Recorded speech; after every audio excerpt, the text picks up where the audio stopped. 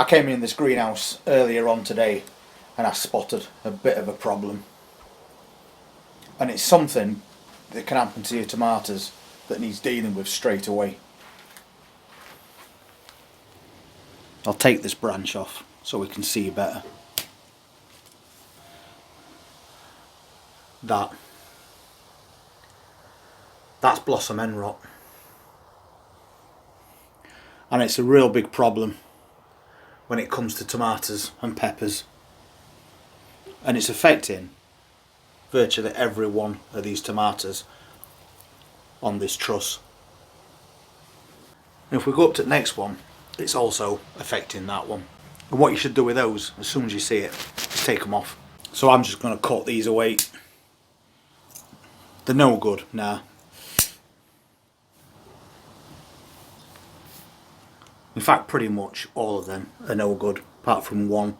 So I'm just going to take the whole thing away, because the chances are that one's going to get it as well. So that barely leaves anything on this plant. And we'll take that one off as well. That basically fell off itself. The other two don't seem too bad. But there's not really much or anything left on that plant now. But if you see that, you need to go around every single plant and check them all. And from what I can see, all the others look okay. The bad thing is, this is the main greenhouse for those Italian plum tomatoes. And we've got plants in here that have got loads on. So we don't want it happening to every single plant we've got. And I'll explain what causes that and how you can fix it. A quick thank you for the donations that we had yesterday. And they came from Paul the Thing and Paul Braithwaite. Thank you so much for making those donations. They also help in situations like this when we might need to go out and buy extra things to combat certain problems that occur all the way through the season. So Paul and Paul, thank you very much. Greatly appreciated. When you see something like that happening to your tomatoes, it's obviously going to be very concerning. You've took all that time to grow that fruit and then all of a sudden it's starting to rot. And it starts off like that, a little patch. Then it gets worse and worse until eventually it rots the entire fruit. It's not as massive a problem as people will lead you to believe. Of course, if you're seeing all your fruit rotting on your plant, it is a really big concern to you. But there's certain things that you may not know about blossom end rot. What causes it, how to fix it, what you shouldn't do, which some people will tell you to do to fix it, which is probably only going to make the situation even worse. I think the first thing, the most important thing for people to know, is that that is not a bacterial disease.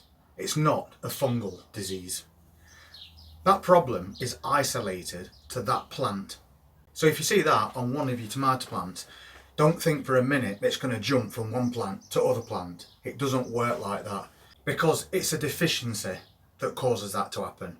And there's lots and lots of controversy about what is actually causing that problem. But there is two main reasons for that. And there's ways to spot that as well before it gets any worse. One thing that causes that is a calcium deficiency. And the second thing that can cause that is inconsistent watering. And those two things actually go together to create blossom end rot. And that problem mainly occurs on tomatoes and peppers. The roots of your plant use water to take up nutrients. So if there's not a lot of water down there, they can't get these nutrients and take them to where they need to be. So if your plant's drying out quite a lot, and then you're boosting it with water, that is not really going to help. You should not let your plants dry out. I use that deep watering method where I give them quite a good amount of water and then I'll leave it for a few days, because that saves me time doing that. And I know there's water at a lower level in that compost, which is available for that plant for quite a while, even if the top looks dry. But if that plant's going for days without barely any water to survive on, which is just keeping itself alive, but at the same time it won't be able to take up nutrients to feed the plant, to feed the fruit. And that can cause blossom end rot. Because basically if there's no calcium in that plant, then the outer surface of your fruit will start to break down. And it will start on the end and it will work its way all the way along that fruit until it's completely gone. But there is ways you can fix it. You can add lime to your garden because that will give it a calcium boost. But you need to be really careful when you do that. You can't just go out and chuck a load of lime into a container or around bottoms of your plants. Because if you do that, you're raising the pH. And if you raise the pH too high, it's bad for your plants. It goes from an acidic soil to alkaline, and you need acidic. Once again, that's where one of these meters comes in quite useful. It measures moisture levels, which is one good thing that you need, but it also measures pH. So you can pop that into your container or into your ground around base of your plant, and it will tell you the pH of your soil. And an ideal pH is 6.5. Any higher than that, and then your compost is alkaline, which you don't want, because that's not going to do vegetable plants any good. So just as a marker, 6.5 is perfect. So if you add lime to your compost or your containers and you've already got a reading around 6 to 7, you're probably going to push that over 7. And then you're at a level where you don't want to be because you're making that compost too alkaline. That's going to cause even more problems. So before you think about adding lime, measure the pH of your compost. If it's 6 to 7, don't add lime. So we can do a quick test. We'll just set that to pH and then we'll pop that in there.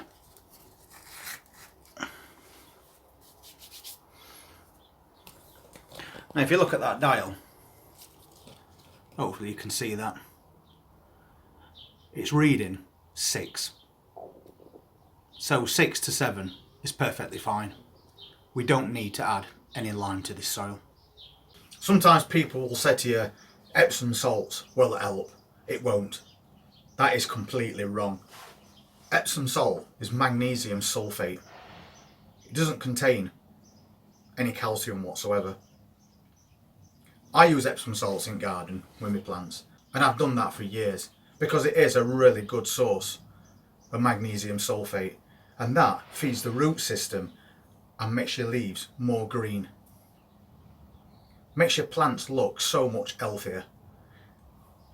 But if you've got a calcium deficiency, it won't help at all.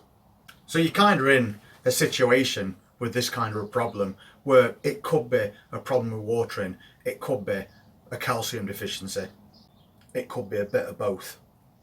But just remember that your plant needs moisture to be able to take up nutrients. And if the watering is not done right, that can cause blossom end rot, and it's not forced to have anything to do with a deficiency of calcium in your compost. It just can't absorb it. You can get products out there called gypsum, which is a good calcium fix for your plants. You can add milk diluted around base of your plant because that contains calcium. It also contains other things that aren't so good for your plant. As a quick fix, you can add a bit of diluted milk around your plant, see if that helps. But it's not something that you want to keep doing. You don't want to be going out with a bottle of milk every day and watering your plants. Because first off, it's no good for them. And secondly, it's not a cheap solution, if it's a solution at all. Crushed eggshells don't work. A lot of people will say put crushed eggshells around your plants, bury them in compost, because crushed eggshells are made up of mainly calcium, but it's not what they call free calcium. It needs to break down. You need to compost eggshells for them to start releasing any amount of calcium at all. One quick thing that you could do is boil an egg or a couple of eggs and then keep the water that those eggs were boiled in, because as you're boiling those eggs it releases a calcium. So you can let that cool down and then tip that water around base of your plant. It might be worthwhile, if you have a lot of boiled eggs, to save that water. If we look at this plant next to me, You can also see something else that occurs when you've got a calcium deficiency, but it also could be a result of other things as well. As with everything in gardening, it's a fine line, and you've just got to go through certain things and then make a decision on what you think it is. You can see this plant's leaves are rolling up, and we've already gone over this before, and it happens for different reasons. If it gets too hot, leaves roll up like this to protect themselves from sun, to stop photosynthesis. But it's not been that hot for the last few days, so you won't think it's a problem with that. And then you look at the plants right next to it, and they're perfectly fine. Nothing wrong with them at all. And this one is definitely showing signs of stress, so that could be a calcium deficiency. And it just so happens it's the same type of plant as the one that we've just looked at in another greenhouse. It's an Italian plum tomato, and apparently Italian plum tomatoes are more prone to get blossom end rot than a lot of other varieties. But so far these look fine, but those leaves don't. It could also mean that that plant needs watering, but I watered that plant yesterday, and considering every other plant looks okay, I would then put that down to another problem. Bone meal's a good source of calcium. It's just a slower burn. It's not an instant fix. But if you've got some bone meal, what I will do with that is I'll dilute it in water rather than just sprinkling it around tops of your plants. I try and make it more of a liquid feed, because then some of it at least can get straight down to them roots and start feeding that plant. And I think bone meal contains about 25% calcium, and I've always got some bone meal available. And these plants are fruiting and we're getting harvest from them, so they're obviously quite happy, except for a couple of those plants, like the one that we took those tomatoes off, that have definitely got blossom end rot. What's causing that problem is something that you're going to have to find out for yourself. Test the pH for definite. Don't just add that lime until you test the pH of your soil, or you're going to make an already existing problem even worse. Just remember that problem's isolated to that plant alone. It's not going to spread all around rest of your plants in your greenhouse or outside. It's not an airborne, bacterial or fungal disease. It's a deficiency of either calcium or water. So maybe mulch around tops of your plants. That will help with more consistent moisture. Put straw around base of your plants. But all you need to do with those tomatoes is cut them off and put them in bin, and then keep your eye on that plant to see if any others start doing it again. But you can try a couple of quick fixes, a couple of calcium boosts, maybe with a little bit of diluted milk or some bone meal mixed in water, a jug of water that you've boiled eggs in. I decided to make up a mix of two of those things. So I've got the water from some boiled eggs and I've mixed it in a jug with some diluted milk. And that's going to be my quick fix for today to try and help these plants out. Any effort is better than no effort at all. But one thing that is worth remembering, when you do get that, it's not the end of that plant. It's not going to kill your plant, it's just affecting your fruit. And quite often, that will affect the first fruits that appear on that plant, just as they're starting to ripen. But the next fruits that appear will probably grow and ripen fully and be perfectly alright. So it's definitely not the end of the world. So I've just poured a bit around the bottom of this plant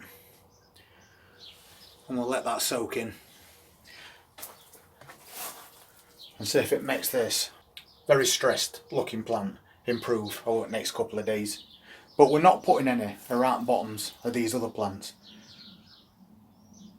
because they don't look stressed at all. We will, however, go and treat those in that other greenhouse, especially this one, because that's the one with the problem. And definitely these, because they're full of fruit.